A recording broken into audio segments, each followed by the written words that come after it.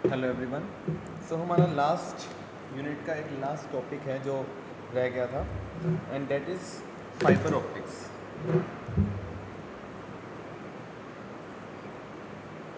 Mostly theoretical है वैसे chapter, but इसमें थोड़ी बहुत जो है मैथमेटिक्स है इन्वॉल्व, जो कि मैं आपको कराऊंगा। ठीक है, थ्योरी आप मेनली जो है बुक से पढ़ सकते हैं, बट मैं आपको समझा दूंगा बेसिक आइडिया कि फाइबर ऑप्टिक्स है क्या और फाइबर ऑप्टिक्स काम कैसे करती है।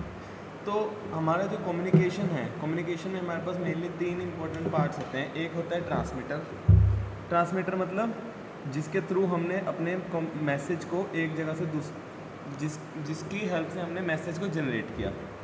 फिर उसके बाद होता है ट्रांसमिशन चैनल का मतलब वो जो मैसेज है किस चैनल के थ्रू होके गया, वायर है, हवा में गया, कैसे गया, चैनल। और तीसरा रिसीवर, जो उस मैसेज को रिसीव करेगा। ठीक है, तो जो ये ट्रांसमिशन चैनल है, it can be anything, it can be wire और it can be wave guide आपने पढ़ा हुआ है अपनी 11th-12th क्लास में। ठीक है, सो इस तरह के सिस्टम में जो इन्फॉर्मेशन है जो हमें भेजनी होती है वो बेसिकली क्या है, इलेक्ट्रोमैग्नेटिक वेव को, चाहे रेडियो वेव होगी, माइक्रोवेव वेव होगी, उसको हम मॉड्यूलेट करते हैं और उस मॉड्यूलेटेड वेव को जो है हम ट्रांसमिट करते हैं through channel. It can B copper wire, coaxial wire, etcetera. ठीक है, फिर आगे रिसीवर जो है उसको जो सिग्नल, मॉड्यूलेटेड सिग्नल है, उसको डीमॉड्यूलेट करेगा, उसमें से अपनी जो इन्फॉर्मेशन है उसको निकालेगा और फिर यूज़र जो है उस इन्फॉर्मेशन को जो है रीड कर सकता है। ठीक है, बट जो हमारी ये कॉपर वायर के थ्रू ट्रांसमिशन है, ये जो है बहुत ज़्यादा स्लो है। ठीक है, बैंडविड्थ बहुत कम है, लिमिटेड इन्फॉर्मेशन को ही हम सेंड कर सकते हैं। और आज के ज़माने में जिसमें जो है हम इतना हाई स्पीड इंटरनेट यूज़ करते हैं, 5G 6G वटेवर, उसमें जो है हमारी कॉपर वायर के थ्रू जो ट्रांसमिशन है वो फिजिबल नहीं है। इसलिए जो आजकल आपने देखा होगा ब्रॉडबैंड में बोलते हैं फाइबर का कनेक्शन लग गया, तो वो बेसिकली वही है, फाइबर ऑप्टिक्स है। फाइबर ऑप्टिक्स कह लो या ऑप्टिकल फाइबर ले लो, ये एक अब तो लेटेस्ट टेक्नोलॉजी नहीं रही, बट एक ऐसी टेक्नोलॉजी है जिसके थ्रू जो है हम जो अपने सिग्नल को जो है बहुत ज़्यादा फास्ट जो है ट्रांसमिट कर सकते हैं एक जगह से दूसरी जगह पे। इसमें बेसिकली क्या है, we send the information pulses along a glass या फिर प्लास्टिक वायर या फिर फाइबर। ठीक है, fibre opticals are light equivalent और microwave waveguides with additional advantage of very high bandwidth. ठीक है, अगर मुझे रेडियो वेव्स की जगह लाइट वेव्स को ट्रांसमिट करना है एक जगह से दूसरी जगह पे, तो if the light waves are use instead of radio waves और microwave, the number of signal transmitted can be increase enormously. तो हम जो है रेडियो वेव्स या फिर माइक्रोवेव्स की जगह जो है लाइट वेव्स को भी ट्रांसमिट कर सकते हैं फाइबर ऑप्टिक्स के through from one place to another place. ठीक है, तो बाय 1960 जो लाइट है उसको जो है ग्लास फाइबर के थ्रू जो है ट्रांसमिट किया जाता था एक जगह से दूसरी जगह पे। ठीक है, लेकिन जो उस टाइम ग्लास अवेलेबल था उसमें जो है बहुत ज़्यादा अटेनुएशन होती थी। अटेनुएशन का मतलब जो हमारा सिग्नल है वो डाई आउट कर जाता था रास्ते में ही। ठीक है, सो उसके बाद जो है और काफ़ी सारी जो है इसमें डेवलपमेंट्स हुई। ठीक है, जिसकी वजह से जो है उसके बाद जो फाइबर ऑप्टिक्स की टेक्नोलॉजी है वो जो है यूज़ में आने लगी। ठीक है, जो फाइबर ऑप्टिक्स है, ये ऑप्टिकल फाइबर है, ये किस फिनोमिना पे बेस्ड है, it takes place due to the phenomena of total internal reflection. अब हम पढ़ेंगे टोटल इंटरनल रिफ्लेक्शन होती क्या है। ये बेसिक प्रिंसिपल है फाइबर ऑप्टिक्स का, टोटल इंटरनल रिफ्लेक्शन। तो when a ray of light travels from suppose denser medium to rarer medium, मतलब डेंसर मीडियम जैसे सपोज कर लो वाटर है और एक एयर है, तो आपको पता है कि जो रे है, जैसे सपोज ये है, this is normal. When a ray of light travels from optically denser medium to rarer medium, it suffers refraction and bends away from the normal ये है तो इससे अवे बेंड हो जाती है, it bends away from the normal. इसका मतलब angle of incidence और एंगल ऑफ रिफ्रैक्शन है, तो एंगल ऑफ रिफ्रैक्शन जो है हमेशा greater than angle of incidence होगा। तो जैसे जैसे मैं एंगल ऑफ इंसिडेंस को बढ़ाऊंगा, the angle of refraction also increases. ठीक है, जैसे जैसे एंगल ऑफ इंसिडेंस बढ़ेगा वैसे वैसे एंगल ऑफ रिफ्रैक्शन बढ़ेगा। तो सपोज कीजिए मैं एक ऐसा डायग्राम बना लेता हूँ। This is rarer medium, this is denser medium. सबसे पहले जो रे है वो सपोज बिल्कुल ही नॉर्मल फॉल की, अगर नॉर्मल फॉल करेगी फिर तो सीधी ही चली जाएगी डेंसर टू रेयर। ठीक है, उसके बाद ये एंगल ऑफ इंसिडेंस है, it will bend away from the normal. ठीक है, ये एंगल ऑफ इंसिडेंस है, ये एंगल ऑफ रिफ्रैक्शन है। अब एंगल ऑफ इंसिडेंस को और बढ़ा दो, एंगल ऑफ इंसिडेंस को बढ़ा दो तो मैंने क्या कहा, एंगल ऑफ इंसिडेंस के बढ़ने से एंगल ऑफ रिफ्रैक्शन बढ़ जाएगा, एंगल ऑफ रिफ्रैक्शन बढ़ जाएगा। तो अल्टीमेटली एक ऐसा टाइम आ जाएगा, एक एंगल ऑफ इंसिडेंस ऐसा आ जाएगा कि वो जो है रे जो है वो रिफ्रैक्ट होने की बजाय उसी मीडियम में वापस रिफ्लेक्ट हो जाएगी। एक एंगल ऑफ इंसिडेंस ऐसा आएगा, इस एंगल ऑफ इंसिडेंस को बोलते हैं क्रिटिकल एंगल। तो जब ये क्रिटिकल एंगल क्रॉस कर जाएगा तो जो रे है वो रिफ्रैक्ट होने की बजाय वापस रिफ्लेक्ट हो जाएगी, ठीक है, रिफ्लेक्ट हो जाएगी। इस एंगल ऑफ इंसिडेंस को बोलते हैं हम क्रिटिकल एंगल। ठीक है, इसका क्रिटिकल एंगल क्या है, angle of incidence in the denser medium for which angle of refraction, और इस केस में जो मेरा एंगल ऑफ रिफ्रैक्शन है, angle of refraction, this angle of refraction in the rarer medium becomes 90 degree. तो when, ये तो I is greater than IC है, when I is equal to IC, उस केस में जो एंगल ऑफ रिफ्रैक्शन है वो 90 डिग्री हो जाता है। बेसिकली क्या है कि सपोज कीजिए क्या होगा उस time, when I is equal to IC, तब जो ये है, ये नॉर्मल है ना, तो जो जो वेव है वो इस तरह से आएगी, तो एंगल ऑफ रिफ्रैक्शन 90 डिग्री हो जाएगा। तो जब I is equal to greater than IC, जब क्रिटिकल एंगल से ज़्यादा हो जाएगा तो वो जो वेव है वो रिफ्रैक्ट होने के बजाय रिफ्लेक्ट हो जाएगी। ठीक है, when angle of incidence becomes larger than critical angle, angle of refraction जो है वो when I is greater than IC, angle of refraction will become greater than 90 degree. So instead of refracting, वो जो है उस डेंसर मीडियम में ही वापस reflect हो जाएगी, और इस फिनोमेना को हम बोलते हैं टोटल इंटरनल रिफ्लेक्शन। ठीक है, नेसेसरी कंडीशंस क्या है टोटल इंटरनल रिफ्लेक्शन की, कि लाइट जो है वो डेंसर मीडियम से रेयर में जानी चाहिए, दूसरी एंगल ऑफ इंसिडेंस जो है वो क्रिटिकल एंगल से ज़्यादा होना चाहिए। अगर मुझे रिलेशन निकालना है between critical angle and refractive index, तो वो कैसे निकालोगे, स्नेल्स लॉ क्या होता है, sine I divided by sine R is equal to mu air, मतलब refractive index of air with respect to water, या फिर इसे लिख सकते हो 1 upon refractive index of water with respect to air. जब I जो है IC के इक्वल होगा तब एंगल ऑफ रिफ्रैक्शन 90 डिग्री होता है, मतलब sine IC divided by sine 90 is equal to 1 upon refractive index of water with respect to air. Sine 90 कितना होता है, 1 होता है, मतलब साइन IC कितना आ गया, 1 upon refractive index of water with respect to air. तो यहाँ से refractive index of water with respect to air कितना आ गया, 1 upon sine IC। So which implies absolute refractive index अगर डेंसर मीडियम का देखना है तो it will be equal to 1 upon sine IC। So this is the relationship between refractive index and critical angle. Next optical fibre पढ़ते हैं और इसके component पढ़ते हैं।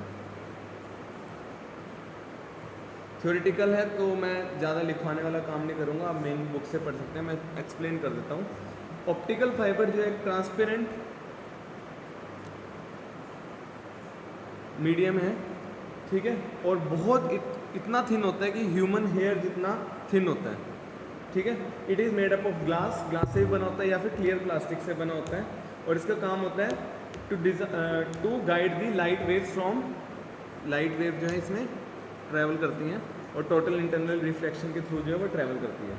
तो ऑप्टिकल फाइबर जो है it works on the principle of total internal reflection. The motion of light is in zigzag path, zigzag path obviously इसीलिए होगा क्योंकि टोटल इंटरनल रिफ्लेक्शन होगी इसकी फाइबर ऑप्टिक्स की वॉल्स के साथ। ठीक है, but major fraction comes out from the other end of the fibre. जो लॉस है वो लाइट वेव का वो टकराने से नहीं होता, मैक्सिमम पोर्शन जो है लाइट का वो जो है फाइबर ऑप्टिक्स के दूसरे एंड पे हमें मिल जाता है। ठीक है, सो कंडीशन क्या है कि जो मेरी ये जो लाइट वेव है या लाइट है वो किस एंगल पे पड़नी चाहिए, it should be angle of incidence should be greater than angle of या क्रिटिकल एंगल। ठीक है, so when the light is incident on the one and of the fibre at a small angle, then it enters inside and suffer multiple total internal reflections because of the angle of incidence is greater than critical angle. There is no loss of intensity in the total internal reflection. The intensity of incident and outgoing beam remains same even if the fiber is bent in any shape. Fibre जो है इस तरह मुड़ी हो चाहे इस तरह मुड़ी हो, जैसे आपने देखा पानी की पाइप अगर मोड़ दोगे तो पानी जो है दूसरे एंड पे नहीं पहुंचता, लेकिन फाइबर ऑप्टिक्स में ऐसा कुछ नहीं होता। फाइबर ऑप्टिक्स में ऐसे ये वाली चीज़ें नहीं है। ठीक है, इसके अलावा मैंने ऐसा बता ही दिया है कि it consist of a fine quality glass या फिर क्वार्ट्ज फाइबर से बना होता है, और फाइबर जो है वो कोटेड होता है with another thin layer of material of low refractive index. एक तो आपके पास ग्लास का मटेरियल है, ठीक है, ग्लास जिसका हायर रिफ्रैक्टिव इंडेक्स है सपोज 1.7, और ये जो है कोटिंग होती है इसके ऊपर वो थोड़ी सी लो रिफ्रैक्टिव इंडेक्स के मटेरियल की होती है जिसका रिफ्रैक्टिव इंडेक्स सपोज 1.5 होता है। ठीक है, तो एक डेंसर में ये क्यों कर रहे हैं हम, ताकि टोटल इंटरनल रिफ्रैक्शन हो। यहाँ पे आपका डेंसर मीडियम हो गया और कोटिंग आपकी रेयर मीडियम होगी। ठीक है, और अगर मैं बहुत सारी फाइबर ऑप्टिक्स को इकट्ठा ज्वाइन कर लूँ, इसके बंडल को हम बोलते हैं light pipe. Light pipe obviously हम जो है सिंगल फाइबर को यूज़ नहीं कर सकते कंप्लीट इमेज के लिए। ठीक है, हमें जो है बहुत सारी जो है फाइबर ऑप्टिक्स का जो है बंडल लेना पड़ता है to transmit image signal from one point to another. Optical fibre जो है ऑब्वियसली थिन है, फ्लेक्सिबल है, और मेनली इसके जो है 3 पार्ट्स हैं, ये आपने ध्यान से रखने हैं याद, core, cladding and third is jacket.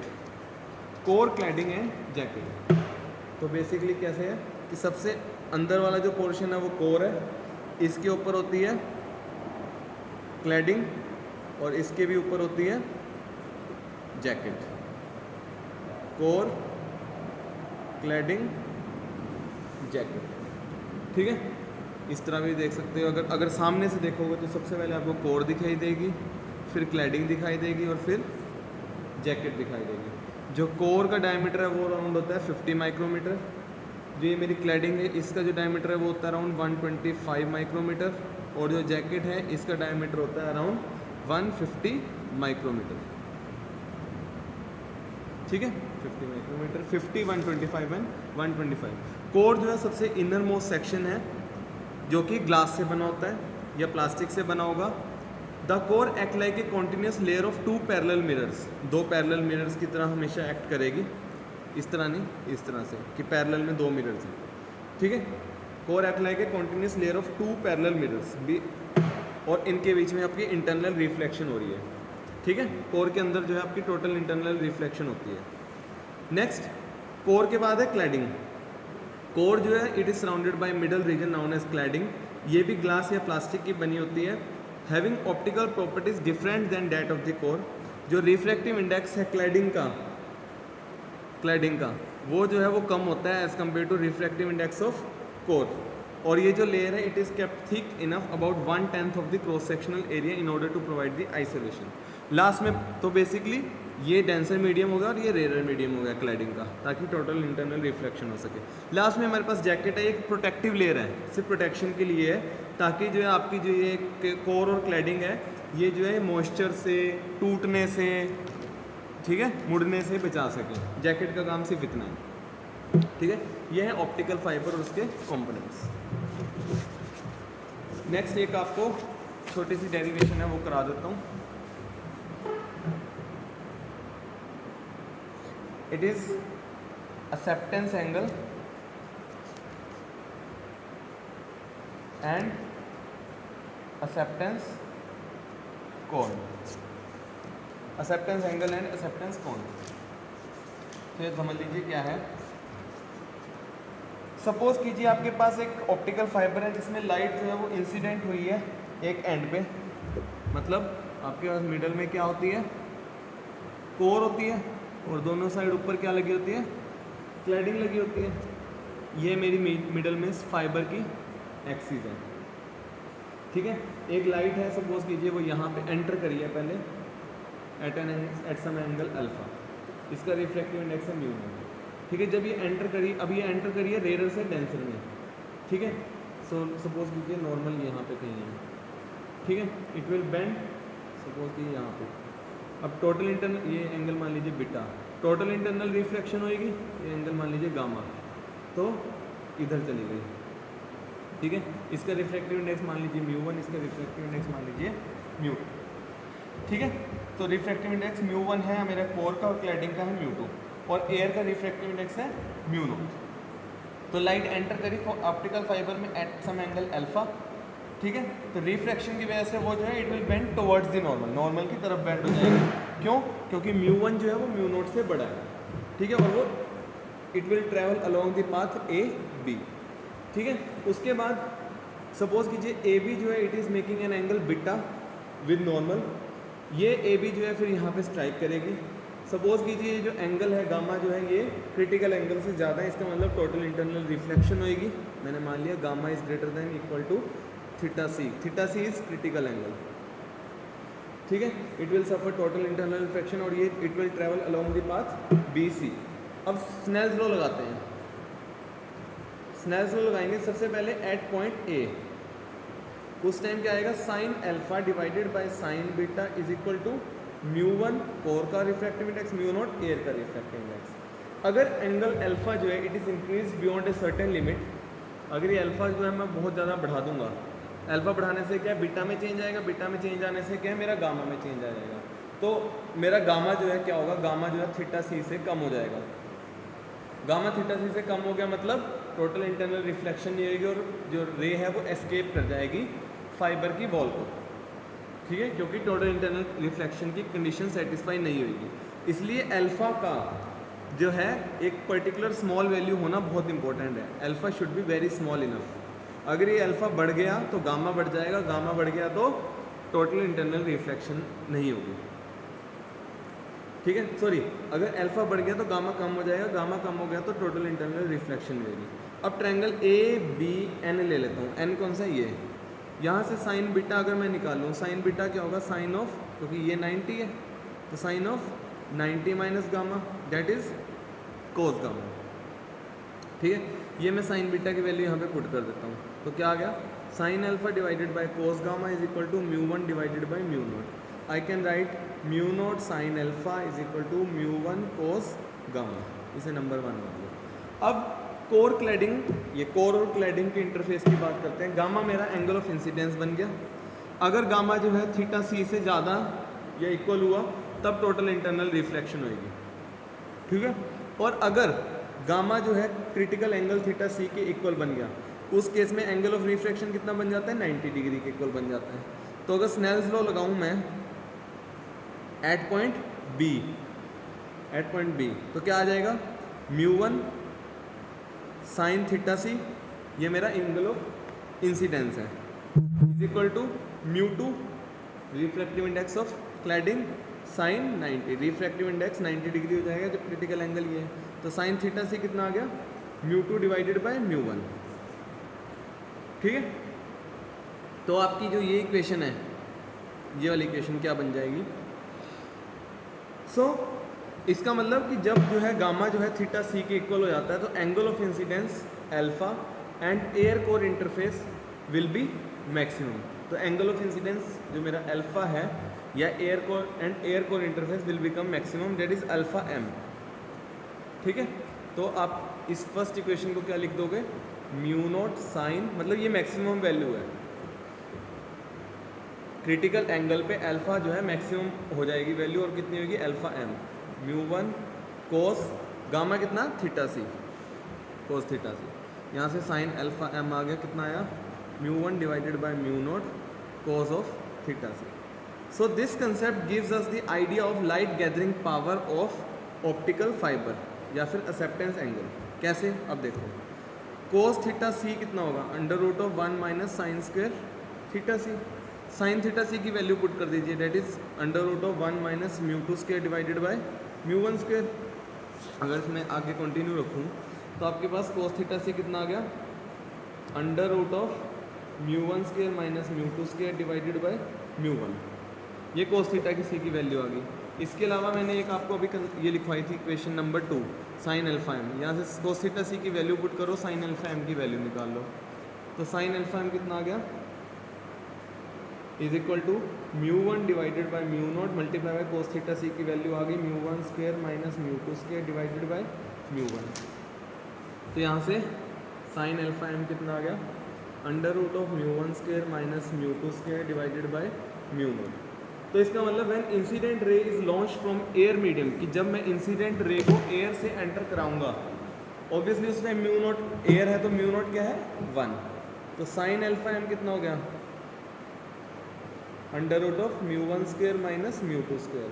तो यहाँ से अल्फा एम कितना आ गया, अल्फा में आ गया sine of inverse under root of mu one square minus mu two square. इस अल्फा एम एंगल को हम बोलते हैं एक्सेप्टेंस एंगल ऑफ फाइबर, मतलब या फिर एक्सेप्टेंस एंगल भी कह लो या फिर लाइट गैदरिंग पावर कह लो। भी कितनी एक ऑप्टिकल फाइबर जो है कितनी लाइट को एक्सेप्ट कर सकती है, वो इस एंगल ऑफ अल्फा एम से पता लगता है। ठीक है, सो you can say acceptance angle is defined as the maximum angle of incidence for which total internal reflection is possible। कि भाई मैक्सिमम एंगल ऑफ इंसिडेंस कितना हो सकता है कि टोटल इंटरनल रिफ्लेक्शन हो। ठीक है, और अगर एंगल ऑफ इंसिडेंस जो है अल्फा एम से ज़्यादा हो गया तब जो है मेरी जो है टोटल इंटरनल रिफ्लेक्शन नहीं होगी और आपकी जो है क्या कहते हैं कि ऑप्टिकल फाइबर किसी काम की नहीं रहेगी। ठीक है, इसके अलावा एक आपने और कंसेप्ट याद रखना है, डेल्टा, जिसे हम बोलते हैं fractional refractive index change. Fractional refractive index change को बोलते हैं it is fractional difference between the refractive index of the core and cladding, mu one minus mu two divided by mu one. ठीक है, ये भी आपने याद रखना है, just definition. Clear. Next, how light is propagated. अब ये कम्प्लीटली थ्योरेटिकल है, मैं आपको समझाऊंगा ही, ज़्यादा लिखवाने वाला काम कम ही है। So propagation of light in an optical fibre is based on the phenomena of total internal reflection. ये आपको पता लग चुका है। आपके पास एक मिडल में कोर होती है, कोर के ऊपर जो है कोटिंग होती है, क्लैडिंग होती है। सपोज ये म्यू टू है इसका रिफ्रैक्टिव इंडेक्स, इसका रिफ्रैक्टिव इंडेक्स म्यू वन है। इस तरह से लाइट एंटर करती है अल्फा एम एंगल पे, अल्फा एम एंगल पे से कम होएगा एंगल, तभी जो है वो टोटल इंटरनल रिफ्लेक्शन होएगी और इस तरह से आपकी जो है लाइट जो है वो प्रोपोगेट करेगी। ठीक है, अब प्रोपोगेट कैसे करते हैं। So the core act like a continuous layer of two parallel mirror, कि दो पैरेलल मिरर की तरह जो है बिहेव करती है। ठीक है, the signal to be propagated, जिसको सिग्नल को पहले प्रोपोगेट करना है, सपोज कर लो वो अगर पहले लाइट सिग्नल में नहीं था तो सबसे पहले उसे लाइट सिग्नल में कन्वर्ट करते हैं। लाइट सिग्नल में कन्वर्ट करके उसे एंटर कराते हैं। एंटर कराने के बाद वो जो मैंने प्रोसेस है वो सारी आपको बताई हुई है, वो है। ठीक है, ये तो बेसिक आइडिया है, ये आपको ऑलरेडी बता दिया। नेक्स्ट है modes of propagation. So from an optical fiber we know that it may not allow to propagate all the light wave incident on it। कि भाई सपोज कर लो कि लाइट जो है वो बहुत सारी फॉल की इस पर, बट ज़रूरी नहीं है कि ये सारी जितनी लाइट फॉल करी उस सारी लाइट को प्रोपोगेट कर दे।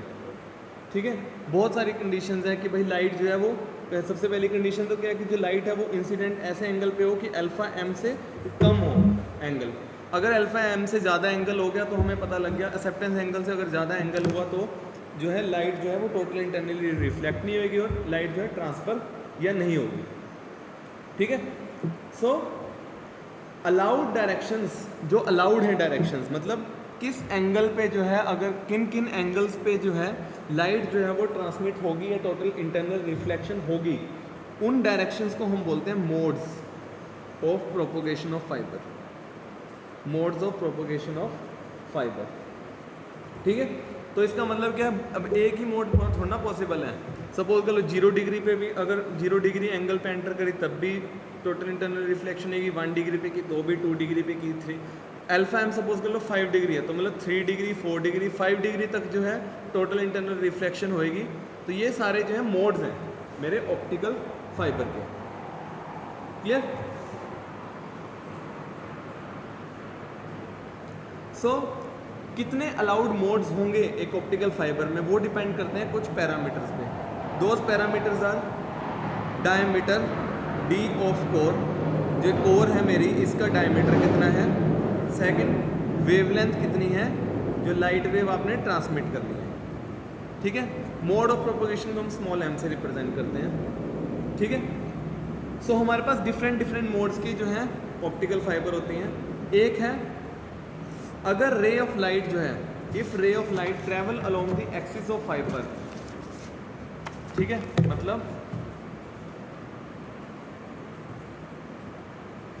ये ऑप्टिकल फाइबर है, अगर मेरी रे ऑफ लाइट जो है वो सीधी अलोंग दी एक्सिस ट्रैवल कर रही है, इसको हम बोलते हैं जीरो ऑर्डर मोड,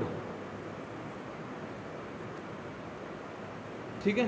दूसरा, अगर रे ऑफ लाइट जो है एंटर कर रही है ऐसे एंगल पे, ठीक है, ऐसे एंगल पे कि जो मेरा अल्फा है, जो एंगल ऑफ इंसिडेंट है, it is less than theta C, तो उसके इसमें क्या टोटल इंटरनल रिफ्लेक्शन होगी, इसको हम बोलते हैं हायर ऑर्डर मोड। और अगर मेरी जो रे है वो इंसिडेंट होती है ऐसे एंगल पे जब when alpha is very small than theta C, उस तरह के मोड को बोलते हैं लोअर ऑर्डर मोड्स, ठीक है। तो ये सारे जो मोड्स हैं वो एक्सेप्टेबल हैं। इन सभी मोड्स में जो है हमारी जो है लाइट जो है वो इंटरनली रिफ्लेक्ट होगी और ट्रांसमिट होगी एक जगह से दूसरी जगह पे। नेक्स्ट है types of optical fibre. Types of optical fibre, optical fibre mainly दो तरह की होती हैं। First is single mode fibre, इसे हम बोलते हैं SMF, और दूसरी होती है मल्टी मोड फाइबर, इसे बोलते हैं MMF। जो सिंगल मोड फाइबर है उसका जो कोर डायमीटर है वो स्मॉल होता है और it can support only one mod of propagation, मतलब M जो है वो 1 होगा, ठीक है। जबकि मल्टी मोड में जो डायमीटर है कोर का वो ज़्यादा होता है and it can support large number of modes of propagation,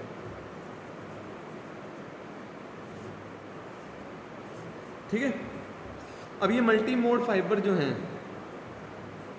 they are further classified on the basis of index profile, they are classified on the basis of index profile. Index profile क्या होता है? Index profile होता है graph of refractive index and distance of core, मतलब आप X axis पे लोगे refractive index और वाई एक्सिस पे लोगे डिस्टेंस ऑफ कोर। जो इंडेक्स प्रोफाइल है MMF की, usually it is can be either, तो दो टाइप्स कौन से हो गए, एक है स्टेप इंडेक्स और दूसरी होती है ग्रेडेड इंडेक्स, ठीक है। और जो यूजली हमारी SMF है वो यूजली स्टेप इंडेक्स टाइप होती है, ठीक है। नेक्स्ट हम पढ़ते हैं सिंगल मोड या स्टेप, सिंगल मोड फाइबर भी बोल लो चाहे से single mode step index fibre बोल लो। तो single mode step index fibre मैंने बताया जिसका जो है कोर का डायमीटर जो है वो बहुत ज़्यादा कम होता है। कोर की रिफ्रैक्टिव इंडेक्स होती है 1.5 और क्लैडिंग की रिफ्रैक्टिव इंडेक्स होती है अराउंड 1.48, ठीक है। Since the refractive index abruptly changes at the core cladding bounding, इसीलिए इसे बोलते हैं हम स्टेप इंडेक्स फाइबर। ध्यान से सुनो क्यों बोलते हैं।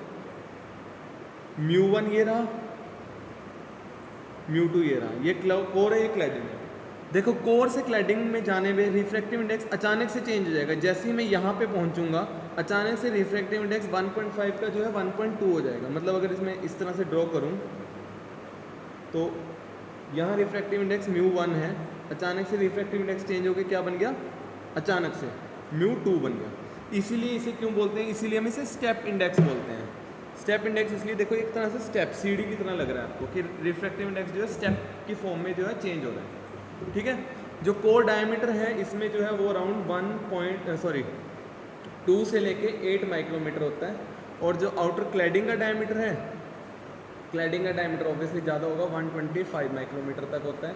क्रिटिकल एंगल जो है इस केस में होता है अराउंड 77 डिग्री, और लाइट जो है वो सिंगल पाथ पे ट्रैवल करती है, that is along the axis. मतलब सपोज ये कोर है, ये क्लैडिंग है, μ1 μ2, जो लाइट है वो अलोंग दी एक्सिस इस तरह से ट्रैवल करती है, ठीक है। और आपकी आउटपुट पल्स भी कुछ इस तरह की मिलती है आपको, क्लियर।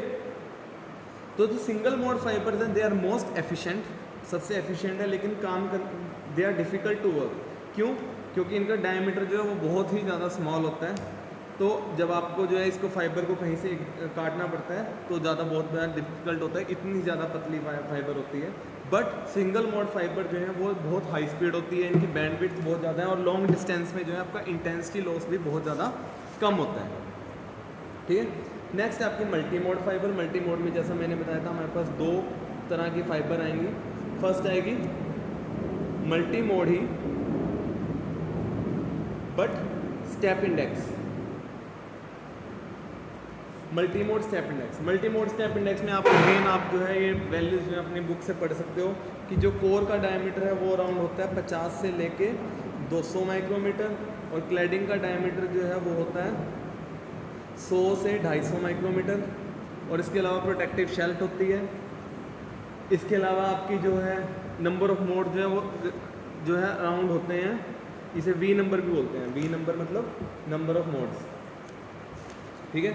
तो आपके जो नंबर ऑफ मोड्स हैं वो usually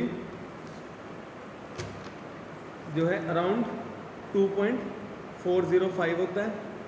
so in multi mode step index fibre the core and cladding each have uniform but different refractive index. Again अगर मल्टी मोड की बात करूं तो μ1 इसका है, μ2 इसका। फ़र्क सिर्फ इतना है कि भाई इसमें इस बार जो है थोड़ी सी डायमीटर ज़्यादा है, बट अगेन ये स्टेप इंडेक्स ही है। स्टेप इंडेक्स क्यों है? क्योंकि अगेन इसमें भी रिफ्रैक्टिव इंडेक्स जो है एब्रप्टली चेंज हो रहा है, μ1 से अचानक से μ2 हो जाता है, ठीक है।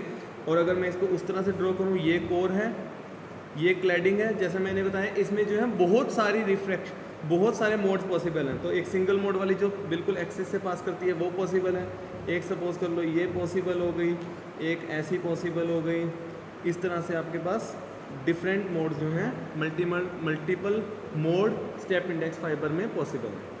लेकिन ये जो multi mode step index fibre है ये सबसे कम एफिशिएंट है, क्योंकि हम इसमें जो है डिस्पर्शन फिनोमिना की वजह से काफ़ी सारे लॉसेज होते हैं इस वजह से। लेकिन ये सबसे सस्ती है, एक्सपेंसिव नहीं है, इजी टू टर्मिनेट है, और अपर्चर मतलब ये it has large numerical aperture.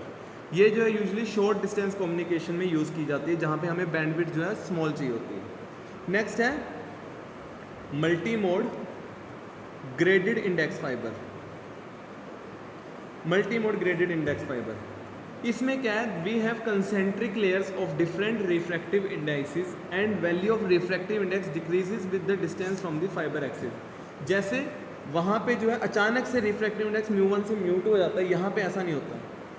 Suppose μ1 है, धीरे धीरे थोड़ा कम हुआ रिफ्रैक्टिव इंडेक्स, थोड़ा और कम होगा रिफ्रैक्टिव इंडेक्स, थोड़ा और कम होगा रिफ्रैक्टिव इंडेक्स, उसके बाद कहीं जाके जो है आपका जो है μ2 वाली क्लैडिंग शुरू होती है, स्टेप की फॉर्म में नहीं है, समझ रहे हो।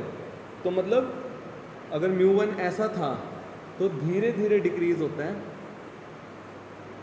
धीरे धीरे डिक्रीज होगा, एकदम से नहीं डिक्रीज होगा, ठीक है। μ1 ये रहा, μ2 ये रहा, तो एकदम से एब्रप्ट डिक्रीज नहीं होता, ठीक है। So it has high value at the centre, refractive index की वैल्यू सेंटर में ज़्यादा होगी बट धीरे धीरे धीरे धीरे कम होएगी, लेकिन μ2 की वैल्यू जो है वो यूनिफॉर्म रहती है, ठीक है।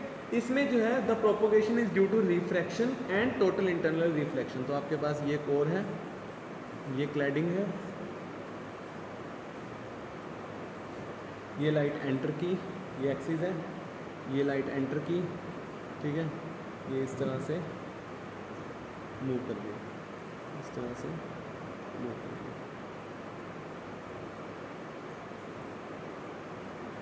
क्लियर? तो इस तरह से हमारी अब द रेज इज क्योंकि अब यहाँ पे जो है the rays are travelling on the fibre axis, they transfer से shorter distance than those near the core cladding surface. जो दूर वाली रेज हैं वो जो है कम डिस्टेंस ट्रेवल कर रही हैं एज कम्पेयर टू जो ये इंटरफेस के पास हैं।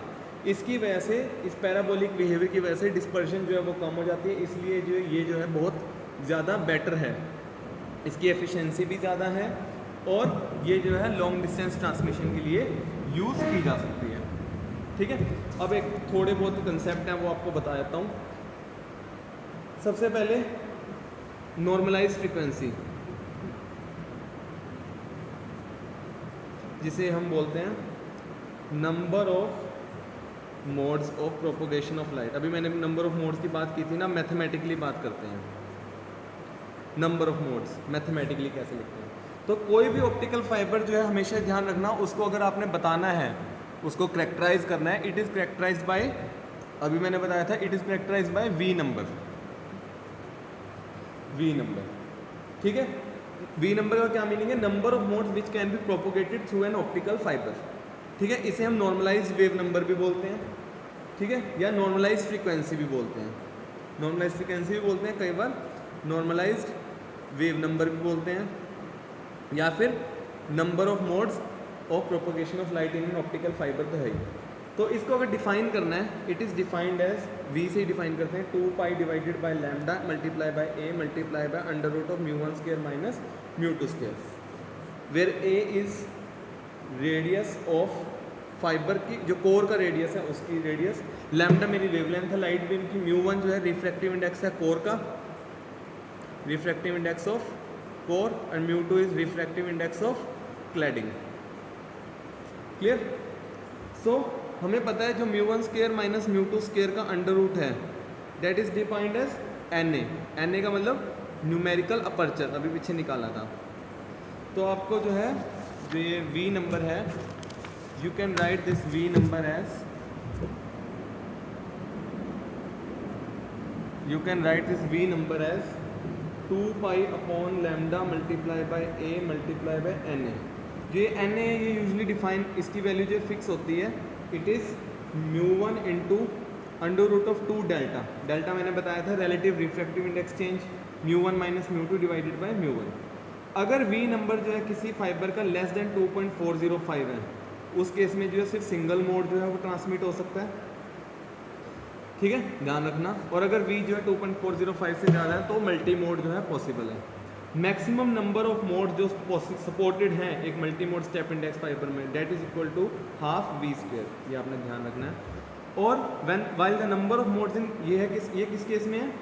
स्टेप इंडेक्स में, मल्टी मोड स्टेप इंडेक्स में मैक्सिमम नंबर ऑफ मोड्स, और maximum number of modes in case of graded index fibre वो होते हैं 1/4 वी स्क्वायर, थोड़े कम हो जाते हैं। ये है for multi mode graded index fibre. ठीक है, इसके अलावा एक और कंसेप्ट आपने याद रखना है अटेनुएशन का।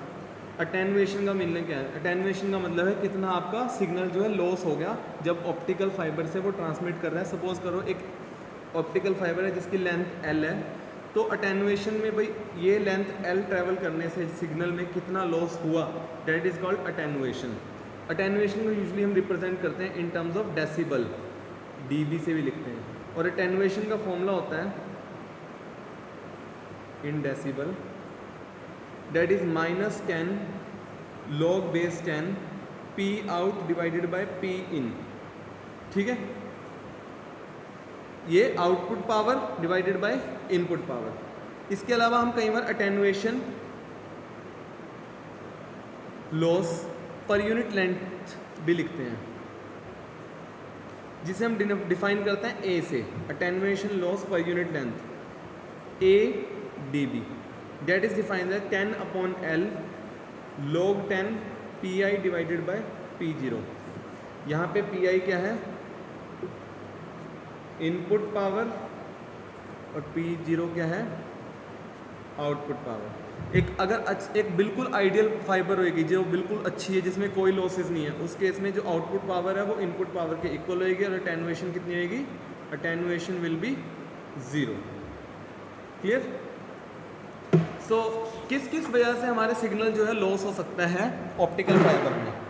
उसका रीज़न है, एक तो आपका जो मटेरियल यूज़ कर रहे हो आप, मटेरियल ने जो है उस लाइट को एब्जॉर्ब कर लिया, तो you can say material absorption.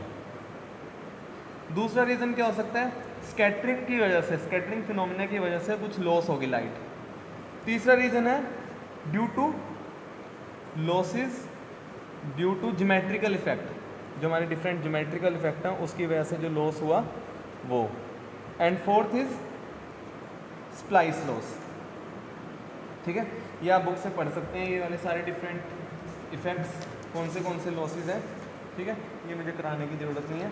And last में आपको जो है ये इम्पोर्टेंट है आपके एग्ज़ाम पॉइंट ऑफ व्यू से, advantages of optical fibre communication. हम ऑप्टिकल फाइबर कम्युनिकेशन को कहाँ कहाँ यूज़ करते हैं या एडवांटेज क्या है। सबसे पहले एडवांटेज की बात करेंगे और उसके बाद हम बात करेंगे एप्लीकेशन की। ये दोनों क्वेश्चन में से कोई एक क्वेश्चन आ सकता है, application of optical fibre communication.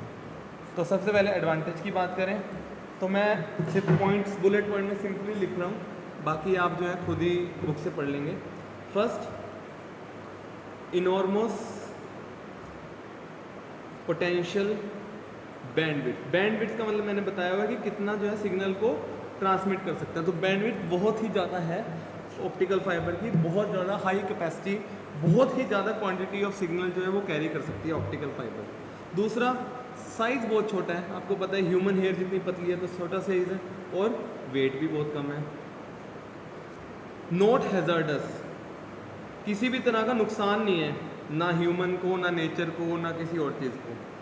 ठीक है।